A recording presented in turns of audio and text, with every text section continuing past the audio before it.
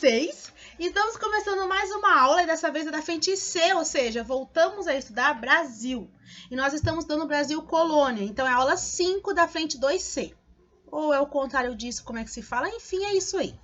E vocês hoje têm uma notícia boa. Boa. Pelo menos para vocês é bom, né? Levando em consideração que vocês estudam bastante. Essa aula é curta, então eu não vou ficar 30 minutos falando no ouvido de vocês. Olha que alegria. A aula de hoje é sobre a formação do território brasileiro. Ou seja, eu explico para vocês hoje que gambiarra que o Brasil fez para que ele conseguisse ficar do tamanho que ele é, que cá entre nós ele é imenso. Só que ele nem sempre foi assim. Então vamos estudar como que ele se transformou assim, quais foram as principais coisas que ocorreram para que ele conseguisse crescer, expandir seu território tanto. Gente, algumas coisas são inusitadas, outras não. Primeiro vamos ver aqui Brasil brasileiro, como que ele era no início, né? Quando Cristóvão Colombo veio para cá, na verdade, quando começaram as expedições aí das grandes navegações, já existia uma grande aliança entre Portugal e Espanha. Portugal e Espanha literalmente dividiram o mundo entre Portugal e Espanha. Se vocês podem observar bem ali, ó, essas partes amarelinhas no mapa correspondem aos territórios que supostamente seria direito da Espanha. Os roxinhos correspondem ao território que seria de Portugal. Fizeram um tratado e tal para conseguirem entrar em um acordo de qual terra seria de quem, que é o famoso Tratado de Tordesilhas. Tratado esse, na qual muitos países não concordaram, afinal de contas, você sabe assim, que negócio é esse? Vocês vão lá, vocês dividem a terra só entre vocês, quem que vocês pensam que vocês são? Mas, enfim, esse tratado ele vai gerar muita discórdia, até mesmo entre Portugal e Espanha. Por quê? Portugal vai perceber que saiu perdendo, né?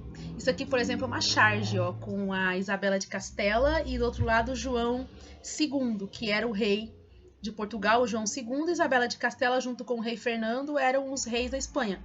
E ali ela tá falando assim pra ele, nada de gracinha pro meu lado, hein? Ou seja, não vem invadir meu espaço.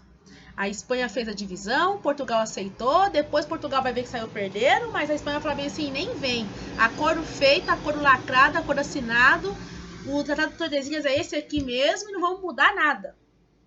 E Portugal, por saber que saiu na desvantagem, com o tempo vai começar a pegar territórios que não é dele, vai começar a adentrar em territórios que não eram deles. Enfim.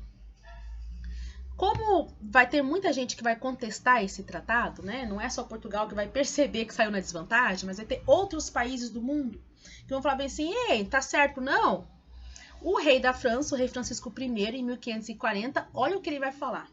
Que ele gostaria de ver o testamento de Adão para saber de que forma este dividiria o mundo. E ele completa, ele fala mais coisas. Nossa, um barulho.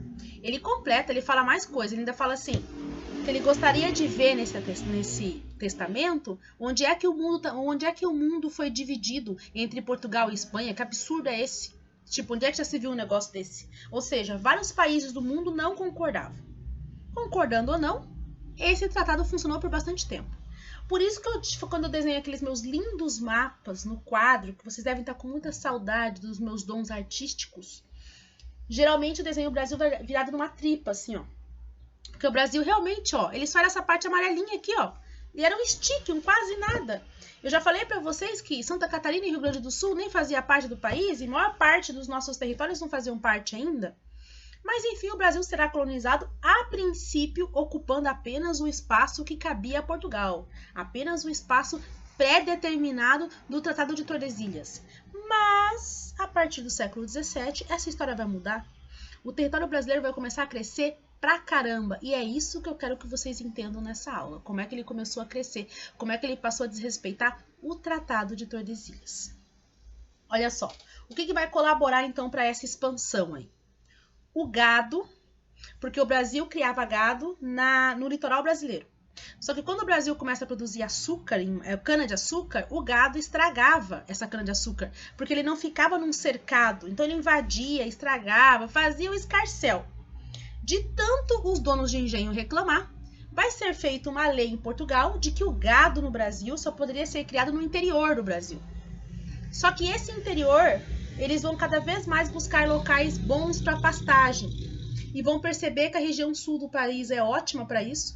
E vão perceber que algumas terras que não estavam no limite, que não estavam, aliás, dentro do território de Portugal, algumas terras que iam além do que era de Portugal, era muito boa. Então eles vão começar a criar o gado cada vez mais para o interior do Brasil, ao ponto de chegar até um momento em que já nem era mais Brasil, mas dane-se, vamos criar o gado. E o gado era criado solto, né? Então eles iam cada vez procurando pastagens melhores e invadindo terras que não eram brasileiras. Que coisa, não? Que inusitado pensar que o gado colaborou para o crescimento do Brasil. É algo muito inusitado isso daí. Mas enfim, outra coisa que vai colaborar, os tropeiros, que eu coloquei uma imagenzinha para vocês aí do lado dos tropeiros com os lencinhos característicos deles. Os tropeiros eram aqueles homens que carregavam o gado, a mula, de um lado para o outro no Brasil. Eles faziam esse transporte. Eles também transportavam a carne, o charque. E os tropeiros, por onde eles passavam, como eles passavam com muita frequência, eles vão abrir caminhos. Nem sempre esses caminhos necessariamente eram dentro do limite do território brasileiro. E também vai se formar vilas por essas passagens. Várias vilas vão se formar. Então, vilazinhas em territórios que eram do Brasil e vilas em territórios que não eram do Brasil. Mas tudo era considerado Brasil ali. Então, os tropeiros, os caminhos que eles faziam, por onde eles passavam, vai acabar colaborando muito para esse processo. Nós também teremos as drogas do sertão. As drogas do sertão não são drogas de droga ilegal como nós ouvimos falar por aí. As drogas do sertão, eles são especiarias, eles são temperos, são castanhas, enfim, coisas que só tinha ali na Amazônia e que era comercializado em larga escala na Europa. Lembre-se que os europeus, eles gostavam muito desses temperos, tanto que lá nas Índias, eles iam tanto para as Índias para quê? Para pegar tempero. Então, as drogas do sertão, quando for descoberto, o pessoal no Brasil vai entrar em territórios que não são do Brasil, que é a Amazônia, para conseguir pegar essas drogas do sertão. Mais uma vez, entrando em territórios que não eram nossos, criando caminhos ao longo desses trajetos que eles faziam, eles criavam alguns caminhos e criando vilas em territórios todos que não eram nossos para poder buscar as drogas do sertão. Nossa, prof, mas assim, onde é que a Espanha estava que ela não percebeu que o brasileiro estava criando gado no território dela, que os tropeiros estavam passando por lá, que eles estavam entrando para pegar droga do sertão? Gente, olha o tamanho da América. Olha tudo que os espanhóis tinham que cuidar. É óbvio que eles não iriam perceber. E quando perceberam, tipo, perdeu o Playboy, agora é nosso. Aí tinha aqui também a questão das missões jesuíticas, né? A igreja, que a partir de 1549, principalmente, ela vai fazer várias instalações aqui na América para poder ensinar os índios a, entre aspas, serem civilizados, ensinar a religião cristã.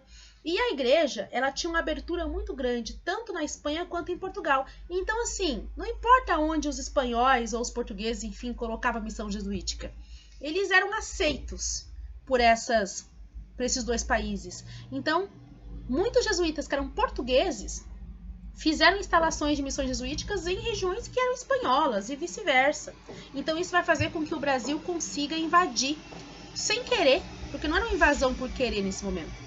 Mas vai conseguir instalar órgãos institucionais, como por exemplo a igreja, em locais que não era de Portugal.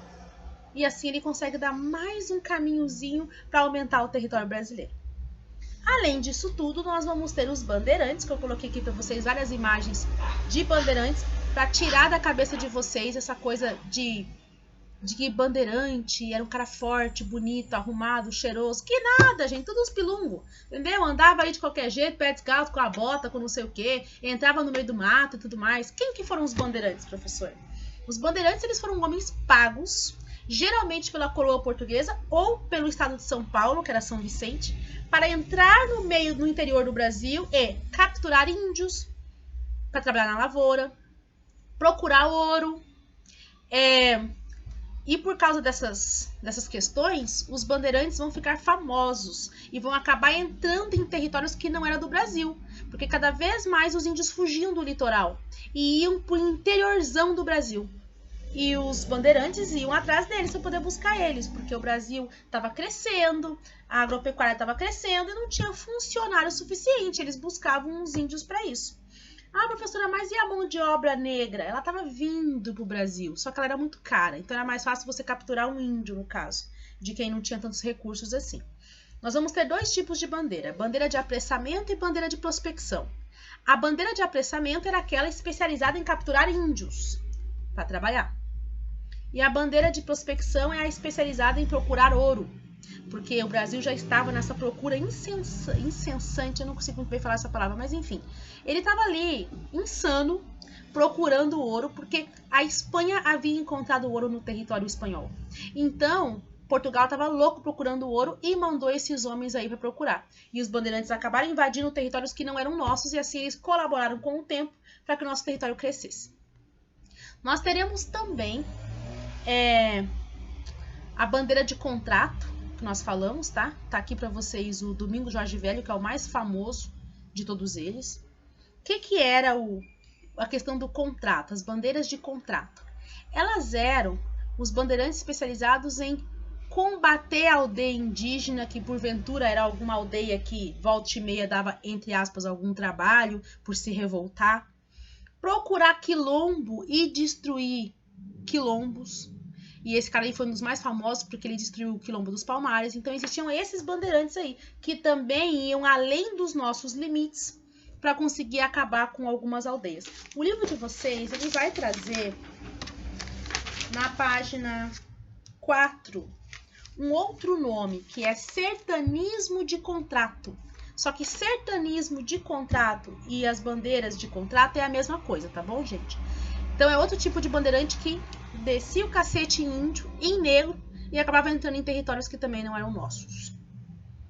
Nós também teremos as monções. As monções, gente, elas são comércio marítimo praticado aqui dentro do Brasil, que acabava às vezes pegando algumas rotas marítimas que não era dentro do território considerado Brasil, mas passando por territórios que era da Espanha, porque tinha que fazer o comércio aqui no Brasil e pela água era mais rápido. E então eles utilizavam alguns rios, algumas coisas e faziam esse transporte aí do comércio. E essas são as monções, que também é considerado bandeiras, também são considerados bandeirantes em alguns livros, tá? Mas bandeirantes especializados em comércio, a famosa monção.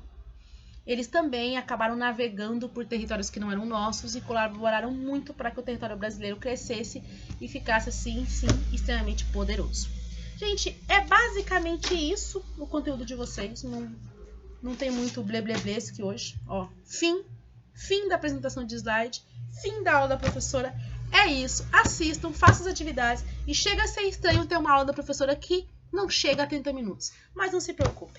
Algumas podem vir a chegar a 40 no futuro.